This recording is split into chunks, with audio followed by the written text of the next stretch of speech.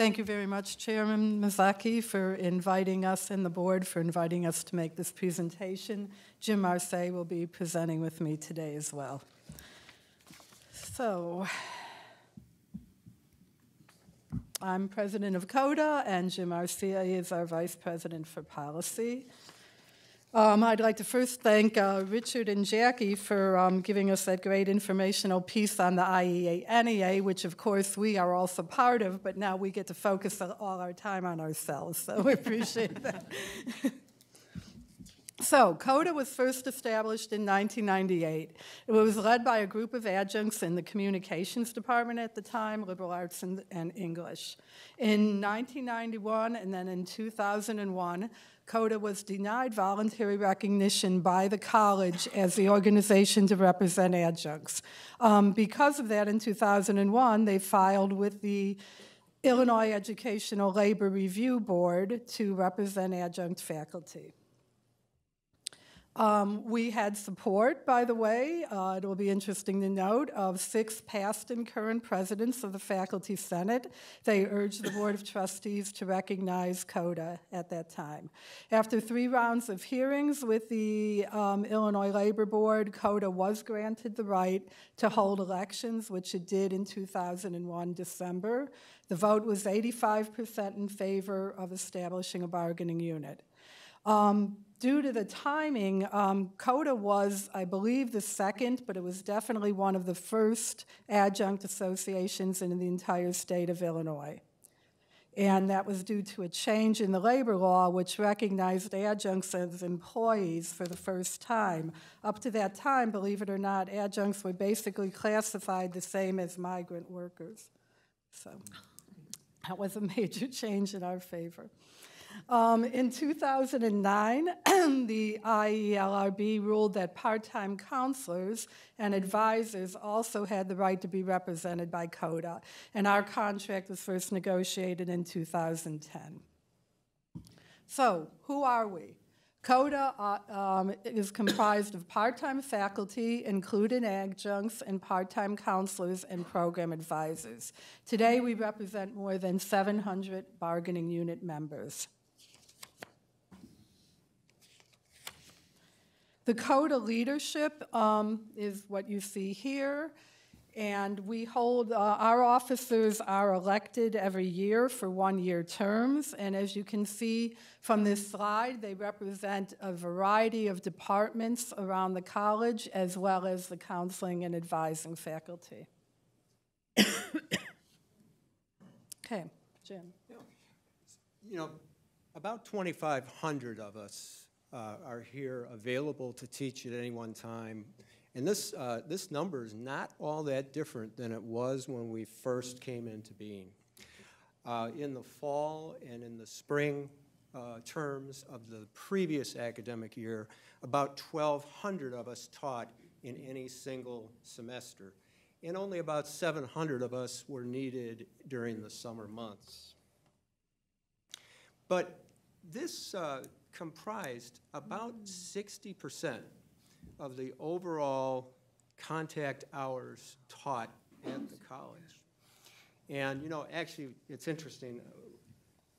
6 years ago, I was a corporate executive, and I had worked in the corporate world for 30 years. I've lived my whole life pretty much in DuPage County. And if you'd have asked me back in my corporate days, you know, what an adjunct faculty member was all about, I'd say, well, you know, they're somebody you need from time to time because you can't find a full-time faculty member to teach on a weekend or at an odd evening hour, something like that. But these numbers, had I known back then what I know now, would have surprised me. Mm-hmm. So, part-time counselors and advisors, as I said, did join CODAA a while back. And I'd just like to talk a little bit about our role. Part-time counselors provide career, personal, transfer, and educational planning services, both individually in the classroom and through workshops. Program advisors provide program-specific educational planning, transfer, and career information in fields such as our healthcare programs, automotive technology, fire science, just to name a few of the many, many technical and occupational programs we offer. So here's something that I hope kind of knocks your socks off. If you look at this number here, between July 2015 and June 2016, 24 part-time counselors met 35,079 times face-to-face with students.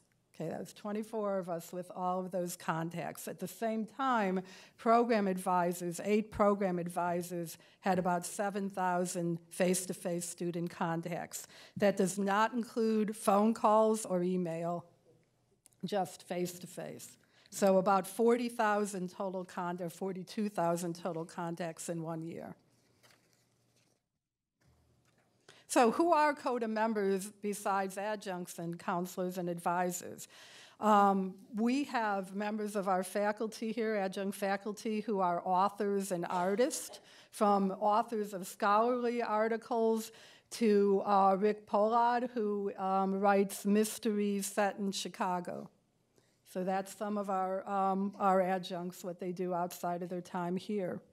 We also have award-winning faculty. They've won scholarships. They've won awards from the Illinois Education Association for volunteer work they do. We have volunteers who help with a variety of volunteer organizations, and these are some of them. And one of my colleagues, Barb Dion, has been a hospice volunteer for many years and has been a part-time counselor here for 30 years, so a very long time. We also have like a history faculty, Edward Bates, who has redesigned curriculum, and we have a triathlon winner in Jessica Rangel in Spanish. One thing that we have pictures of is one of our adjunct colleagues in the CNA courses, Gloria Koss, holds a graduation ceremony and pinning ceremony every year for the nursing students, the CNA students, certified nursing students when they graduate. And that's some pictures she provided of us of their pinning the students, and they make cakes and they bring food and have a nice little ceremony. Okay. So an early priority for CODA was that we would have representation both on internal academic and leadership committees so that we could participate in decision-making. In recent years, that has been what has happened. We are currently represented on all major campus-wide committees and task force. CODA leadership also meets regularly with the Vice President of Academic Affairs and the Director of Labor and Employee Relations, and we do that to exchange information and share any concerns. In 2004, adjunct faculty were invited to participate in graduation ceremonies. We later got step pay increases, personal leave, jury duty pay, lecturer positions, which provide, give the opportunity for certain adjuncts to work additional hours and have health insurance, came in 2014. We participated on the parking task force, and most recently were involved in the accreditation process, task force participation, as well as serving on the presidential search committee. So we appreciate very much those opportunities. I was asked tonight to talk a little bit about numbers. So not at great length, but basically to provide some education that, you know, maybe in polite company we don't talk about dollars and cents that often. And, you know, it's an opportunity to make some of our concerns known. But back when CODA was originally trying to form just as a voluntary association, one of the reasons was to try and highlight the issue of disparate pay between what adjunct faculty can make and the full-time brethren here at the college. CODA had not originally planned to unionize. It was seeking to be represent adjunct faculty here at the college And in those days, administration and the board wasn't seeing it the same way and didn't really want to go in that direction. And so, as Cheryl mentioned, you know, the efforts with the labor board were almost made necessary just so the adjuncts would have a voice that, you know, could represent them in sessions like this or with administration. Early on, there was some headway made on the pay issue in terms of narrowing that gap. And in more recent years, it's been sort of steady as she goes along with other organized units. There's still a wide gulf. And even when you compare it to just the first 3 non-tenured full-time faculty pay rates, you know, I mean, obviously the scale is very wide when you're full-time in terms of experience and years of teaching. Adjuncts, in order to teach in the classroom, have to meet the same minimum standards to teach that a full-time faculty member would have to have. And obviously, many full-time and adjunct faculty have academic credentials that go far beyond the minimum. I mean, both can have PhDs or education beyond the elementary master's degree level. For adjunct faculty, there aren't a lot of steps in terms of experience. If you've been teaching here for 5 years, you know, you're at one level of pay. If you've been teaching here for 40 years, you may be making $567 annually more than somebody who had only been here for 5 years. An adjunct faculty member can teach a maximum 27 contact hours per year unless they're made a lecturer. And right now there are somewhat less than 50 lecturers here at the college. In the contract we have, it goes to 20% of the full-time faculty is sort of the maximum number of lecturers you can have. But even a lecturer would normally teach no more than 28 to 30 contact hours. While these figures, when you look at $29,943, which is the maximum someone could earn with 40 years here teaching 27 contact hours, you know, it's actually a surprising number. Again, if you'd asked me how much somebody makes at the College of DuPage, here in DuPage County, the papers are filled with stories of 6-figure salaries for teachers.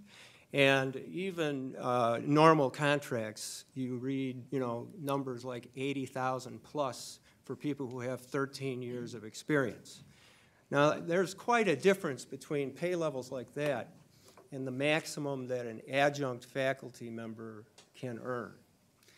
And actually, $29,000 in DuPage County would pay for the property taxes for 2 or possibly 3 years on an average home in the county.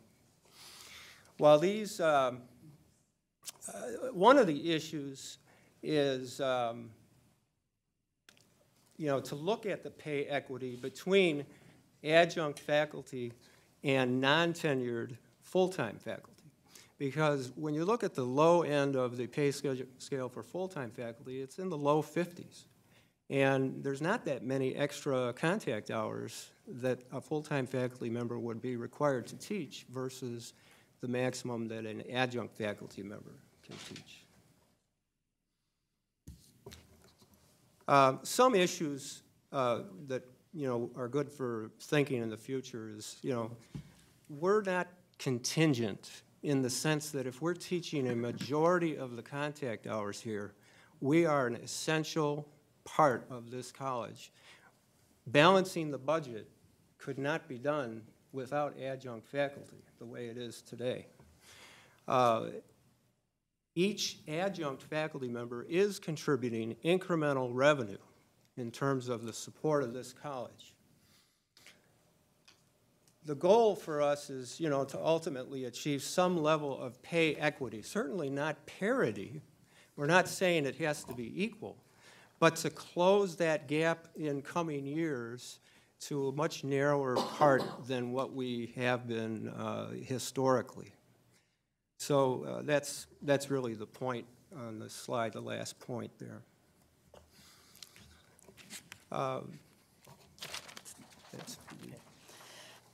So the student experience can also be affected by whether or not they're taught by a full-time faculty member or an adjunct, and not because adjunct faculty are any less qualified or not as good of teachers as full-time faculty, but simply because there are a lot of inequities in both pay and resources afforded to adjuncts.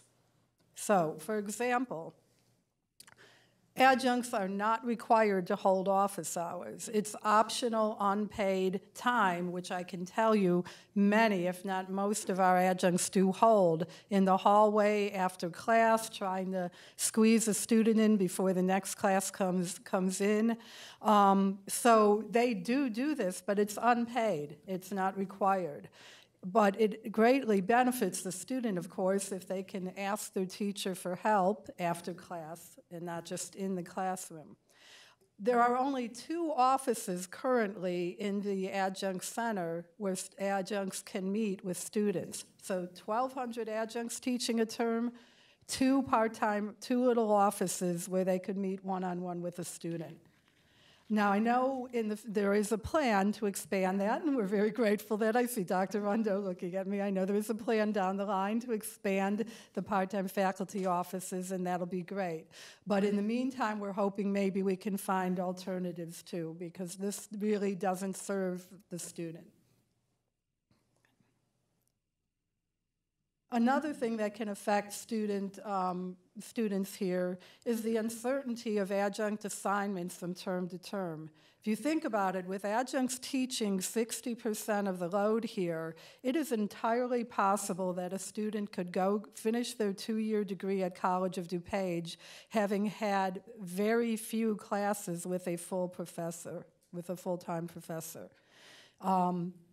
Because of that, and as was mentioned, adjunct assignments are term to term. An adjunct doesn't know necessarily if he or she is going to teach the next term. So if somebody takes Jim's class and really likes him, wants to use him as a reference, he may be here next term. I mean, in his case, he has been, okay, but someone may not be, or they may not be teaching a subsequent class in a series that they would like to do. So it doesn't leave a student a lot of choice.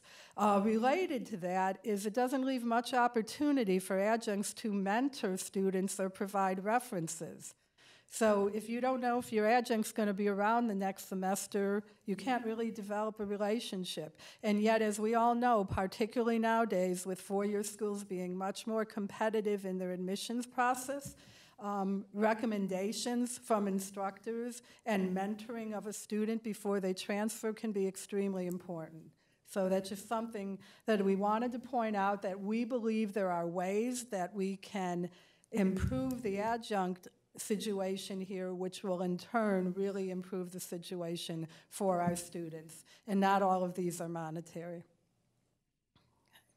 One thing I wanted to add was I met a guy today who said he's been teaching here since the early 70s, which means I could have had him in one of my classes as my teacher.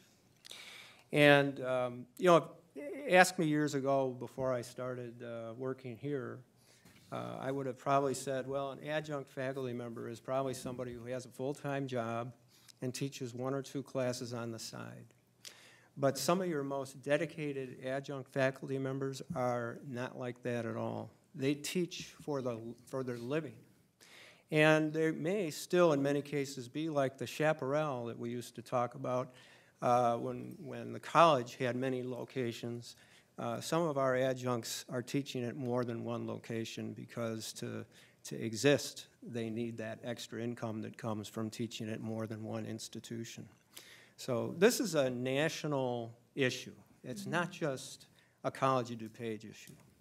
And it's something that all adjuncts, you know, hope down the road we can work towards making it more possible to have a career in teaching even when you're not tenure track.